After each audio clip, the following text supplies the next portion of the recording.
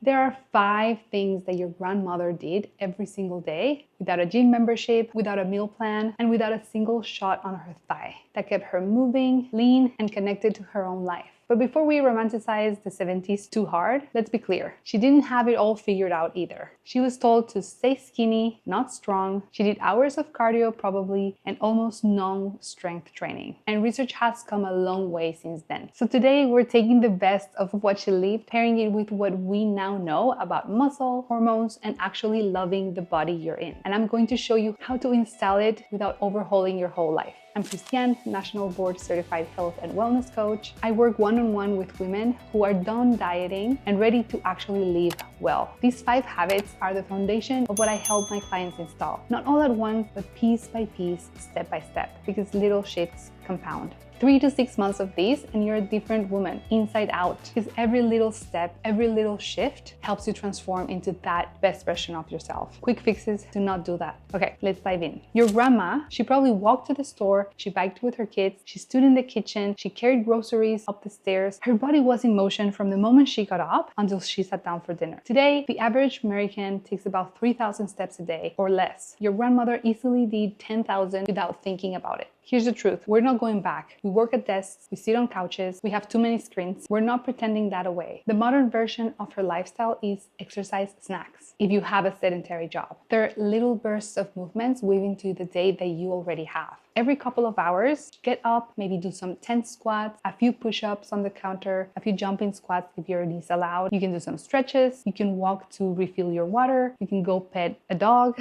And if you're going to scroll, you can scroll standing up and pacing around, not slumped on the couch. The fix is to stop trying to fit in a workout if you can't. Build movement back into your life regardless of a workout. Park further, take calls, walking, add exercise snacks every 2 hours. These little bursts sound small, but they all add up. Better blood sugar, stronger joints, a body that actually feels awake at 3 p.m. Then add maybe 2-3 strength sessions a week on top of that, because that really is the missing piece. Build and maintain your muscle. But more movement into your life, more non-exercise activity, neat, the better. Our bodies are meant to be moving. Now, dinner was made in the kitchen from real ingredients. Eating out was a special occasion, a birthday, an anniversary, not an every other day thing. Ultra-processed food was about 10% of her calories. Today, it's closer to 60%. There's now a landmark study showing that when people eat ultra-processed foods, they eat roughly 500 more calories at least a day without realizing it, if not more. Not because they're weak, but because the food is engineered to override their fullness signals. And your fix is cook 80 to 90% of your meals at home. Start simple, real protein, real veggies, real fat. You don't have to be a chef. You just have to stop eating food that was designed to make you eat more of it. It doesn't have to be complicated. Nowadays, there are so many convenient ways to eat healthy, real whole foods without spending hours in the kitchen. You can watch this video next to give you some ideas. And stay tuned because I'm going to come out with a full easy meal prep that I do weekly. Easy, simple, delicious, but it's worth it. Okay, habit number 3. She rested. Real rest.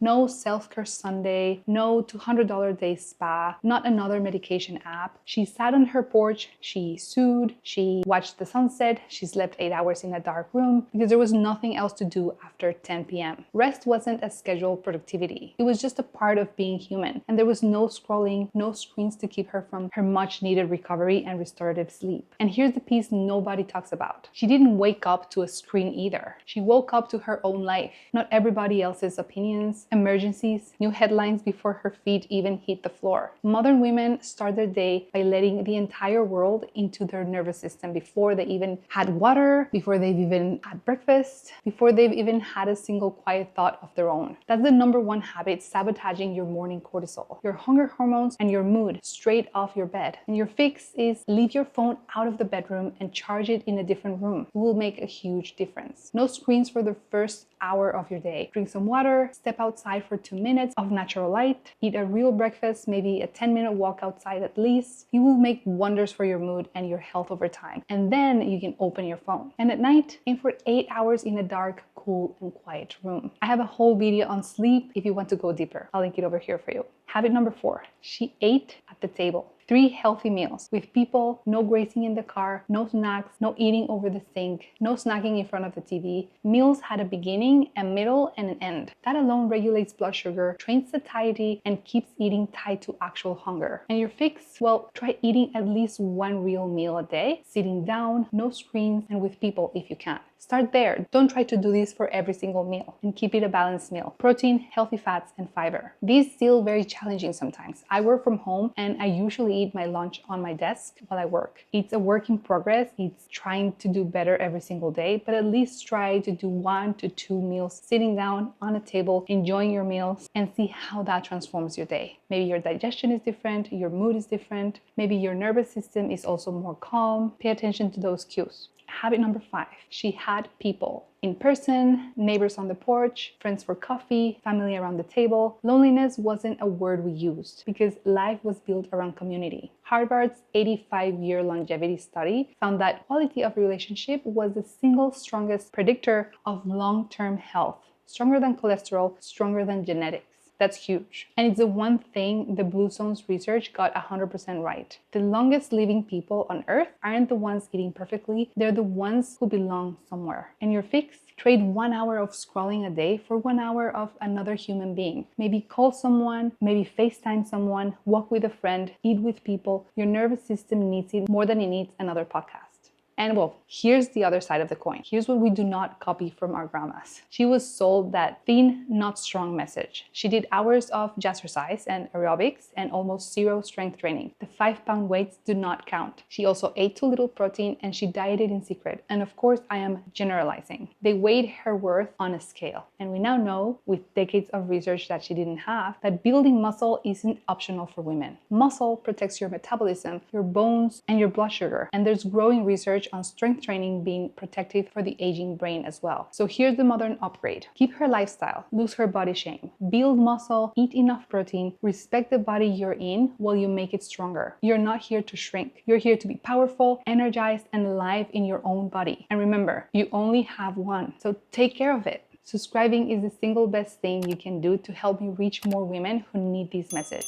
Not another diet, not another shrinking project. That's why this channel exists. And here's a real secret, the one that actually gets women unstuck. You do not overhaul your life. You pick one of these 5, you install it until it's maybe automatic, and then you add the next one. This is how I work with my clients, and it's why they actually hold the results year after year instead of rebounding in 6 weeks or even a week. Little shifts done with kindness and compassion compound into a completely different life. You do not need more willpower. You need a smarter order of operations and someone in your corner cheering you on. If you're going to pick one thing to start with tonight, start with your morning. No phone in your bedroom. No screens for the first hour, and eat a real nourishing breakfast within 1 to 2 hours of waking up. It is the single most underrated habit of women who actually feel good. And if you want some delicious, easy breakfast ideas under 10 minutes, you can also watch this video next. And if you're wondering which of these 5 habits would move the needle the most for your body right now, you can take my free health score assessment. It's linked in the description below. It takes less than 3 minutes and it will give you personalized insights. You deserve to feel your best, not someday, this year, today. Now is the time.